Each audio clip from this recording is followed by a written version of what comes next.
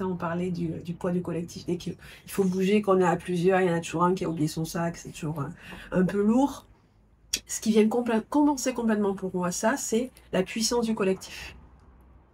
Et la puissance du collectif, c'est on a un énorme projet à faire où il y a 10 000 sujets à traiter, du financier, du juridique, de l'architecture et tout. Et parce qu'on se structure bien, on voit comment le projet avance sans nous, en fait. Et c'est ça qui est magique. On a une petite partie à s'occuper et à chaque réunion, on découvre qu'un groupe, le groupe architecture, a avancé sur ça.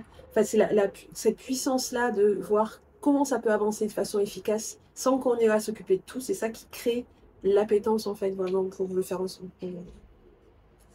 Les conseils aujourd'hui que je donne au groupe, c'est vraiment de ne pas se concentrer uniquement sur soi dans cette partie, même si c'est très dense et que le collectif a déjà à s'apprivoiser, a beaucoup de sujets à traiter, mais de vraiment prendre soin déjà, d'aller voir les voisins, présenter, expliquer ce que c'est le projet, parce que quand on commence à avoir des on-dit autour de qu'est-ce qu'on va faire, etc., c'est très difficile de revenir en arrière. Pour des gens qui ont envie, mais qui savent pas trop, qui ont une appétence pour ça, qui aimeraient bien se projeter dans un projet comme ça, mais pour qui c'est pas du tout évident de savoir par où le prendre.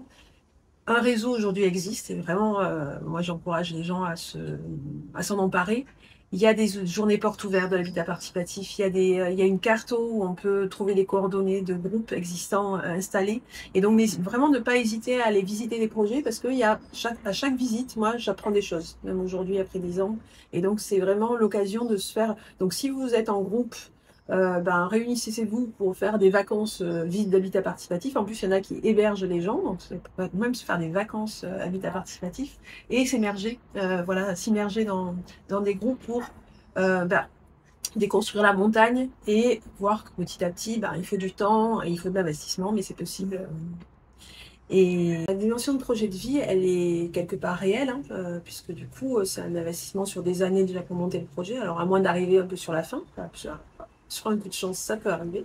Mais en tout cas, souvent, c'est des personnes qui sont engagées de longue date dans un projet et qui ont des années avant de vraiment entrer dans leur lieu de vie, pour ceux qui sont fondateurs du projet. Donc, ça existe, c'est des investissements importants. Donc, forcément, par contre, moi, je pense qu'il ne faut vraiment pas se sentir enfermé. De toute façon, sur cette idée de c'est du long cours, c'est trop long, etc., toutes les personnes avec qui j'en ai discuté, effectivement, c'est long, mais le chemin est tellement intéressant et les relations qui en découlent sont tellement fortes. C'est vraiment une aventure, en fait. Je connais personne qui soit allé de son propre chef dans un habitat participatif, donc qui a une appétence pour le collectif, pour apprendre, voilà, pour tout ça, qui regrette. Souvent les gens restent et puis des fois ils ont besoin de partir pour la vie des fois les amène à partir, mais en tout cas c'est une expérience qu'on trouve rarement ailleurs dans notre société et qui est très constructive, voire des fois qui change carrément le chemin de vie, c'est-à-dire qu'ils quittent leur projet d'habitat participatif, mais ils vont continuer dans la dimension collective au montage de projet parce qu'ils ont trouvé quelque chose d'hyper nourrissant là-dedans. Il y a aussi la possibilité de réintégrer un nouveau projet parce qu'ils arrivent avec une expérience et un réseau, parce que le réseau aussi Habitat Participatif est très fort.